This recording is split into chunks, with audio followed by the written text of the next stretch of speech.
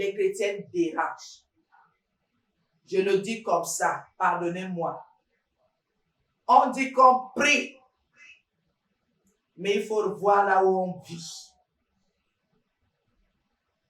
C'est la prière qui t'empêche de changer le drap sur ton lit là, de changer les têtes d'oreiller, de changer tes sous-vêtements, de te peigner les cheveux, de te laver, de te brosser les dents.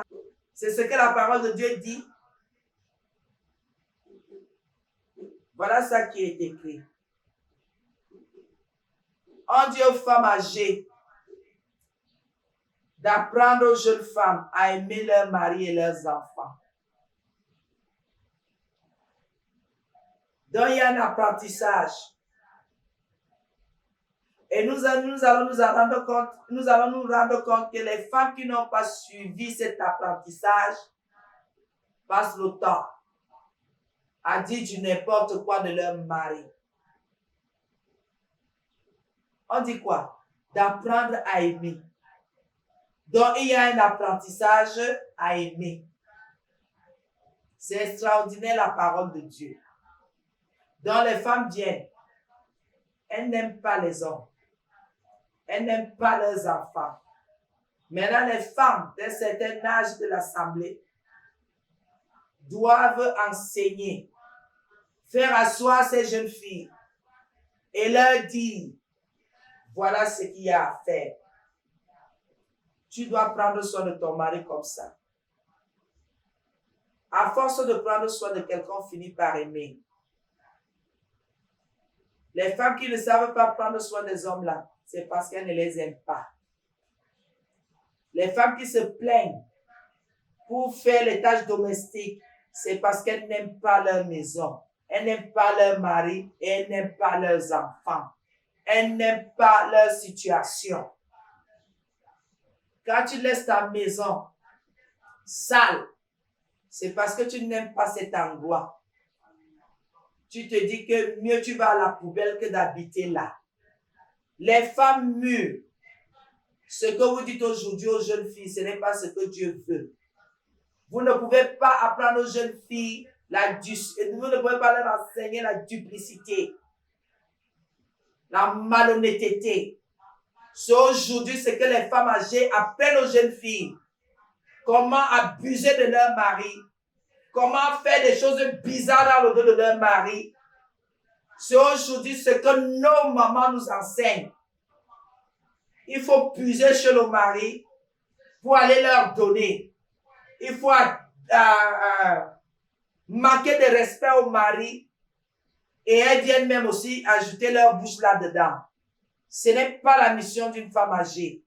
Les jeunes femmes ne savent pas ce que c'est qu'aimer un mari, ce que c'est qu'aimer un enfant. Alors on dit aux femmes qui savent ce que ça veut dire, parce qu'il y a même des femmes âgées, vraiment, elles-mêmes n'ont pas aimé, comment elles vont enseigner les jeunes filles à aimer?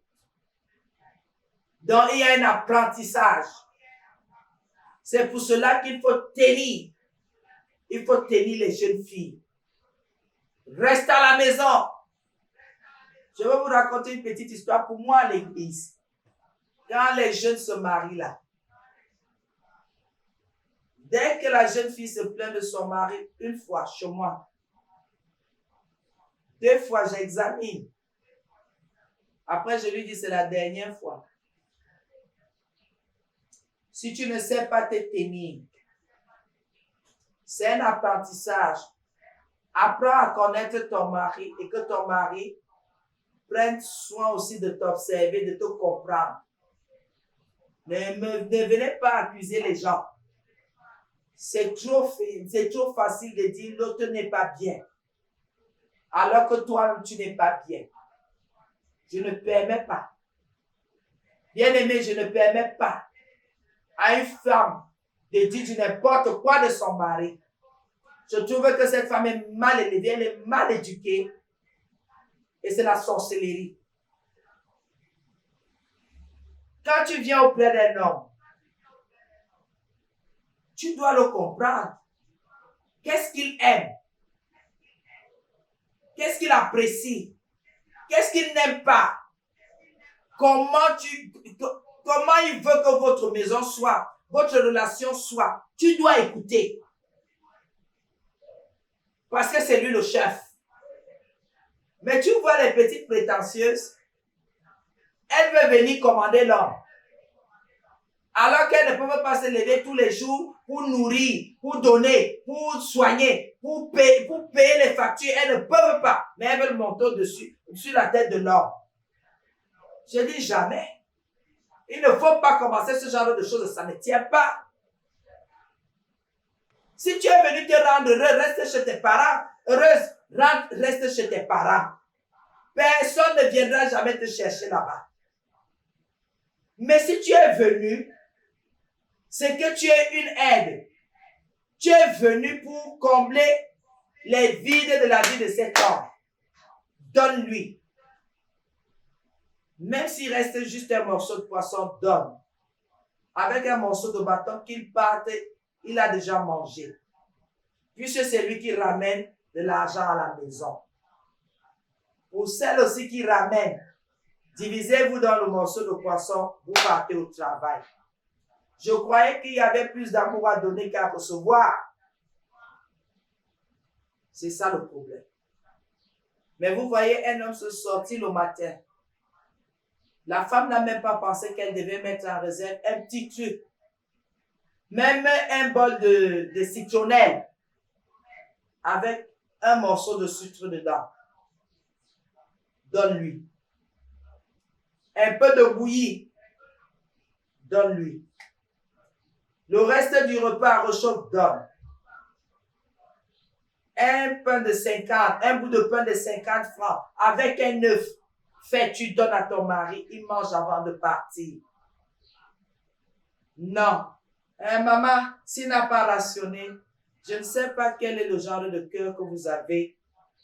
Donc, vous voulez dire que chaque jour qu'on vous a donné, on vous a donné de l'argent pour la ration. Il n'y a jamais eu 100 francs en réserve. Il n'y a jamais eu 50 francs en réserve.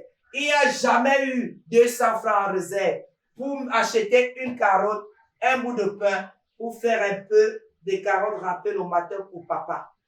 Oh, maman Blanche, il ne me donne pas la ration. Je dis, cette affaire de ration m'a déjà fatigué. C'est la ration qui t'empêche de faire la lessive. C'est la ration qui te fait faire tremper les habits et les laisser 2 semaines, 1 semaine et tout est pourri. Et quand on touche un habit, il se déchire. Parce qu'il a moisi dans l'eau, les fibres ont lâché. C'est l'argent de ration qui fait ça. C'est l'argent de ration qui fait que tu te lèves le matin, tu te brosses pas les dents, tu ne fais pas ta toilette intime et tu commences à te balader comme ça là. C'est l'argent de ration qui fait ça.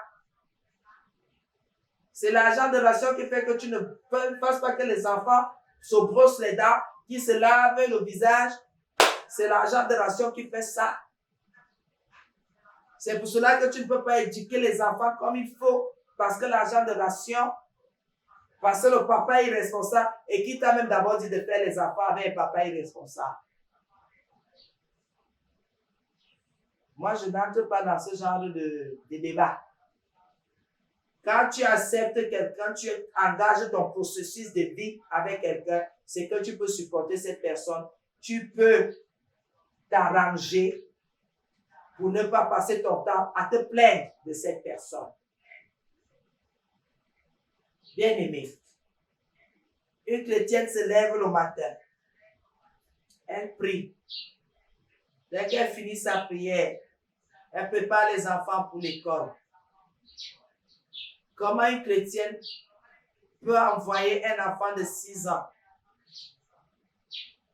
faire sa toilette, se laver les dents, s'habiller pour l'école, 6 ans, 8 ans, 10 ans, seul, faire son sac. La seule chose, voici 200 pour ton bout de pain chargé. Tu ne vérifies pas si l'enfant a lavé ses chaussures de la veille, si ses chaussettes sont propres, si sa tenue est propre, si son sac est propre. Le week-end est passé, Tu n'as pas pris la peine de rappeler à l'enfant de laver son sac de classe, ou toi-même, ou aux aînés, de s'occuper de ça. Tu es assise, une princesse, une reine. Tes mains là, c'est l'éponge, c'est le coton. Tu ne peux pas faire quelque chose. L'enfant sort tous les matins comme un SDF, comme un enfant de la rue qui n'a pas de parents. L'enfant sort de la maison sale. Et tu te permets de te plaindre alors que tu ne fais rien. Que ce soit ton garçon, que ce soit ta fille, les enfants se débrouillent. Ils se débrouillent, ils s'arrangent. C'est Dieu qui va les garder. Et quand tes voisins voient, et à chaque moment, au nom de Jésus, feu, feu, feu, feu, feu, feu. Ce n'est que ça que tu saches faire. Tu sais faire, ce n'est que ça là. Donner le bain aux enfants, non. Faire la lessive des vêtements, la lessive pour les enfants, non. Donner le bain aux enfants. S'occuper des enfants. Leur inculquer les bonnes valeurs pour qu'ils soient des personnes propres demain après-demain. Non. Tu les formes pour qu'ils soient des fléaux pour les gens demain. Pourquoi la paresse? Et c'est comme ça que les voisins disaient de n'importe quoi. Alors qu'il s'agit de toi, ils partaient ramasser le pasteur. Ils partaient ramasser la dénomination. Oh, les pentecôtistes font rire. Celle-ci passe au temps. Feu, feu, feu, toutes les miens ne dorment pas. Regardez comment les enfants partent à l'école sale. Bien-aimés, pour que la parole de Dieu ne soit pas blasphémée, nous devons changer le comportement, la conduite. Les chrétiens dérangent. Je le dis comme ça, pardonnez-moi. On dit qu'on prie, mais il faut voir là où on vit. C'est la prière qui t'empêche de changer le drap sur ton lit là, de changer les têtes d'oreiller, de changer tes sous-vêtements, de te peigner les cheveux, de te laver, de te brosser les dents. Vraiment. Changeons, non.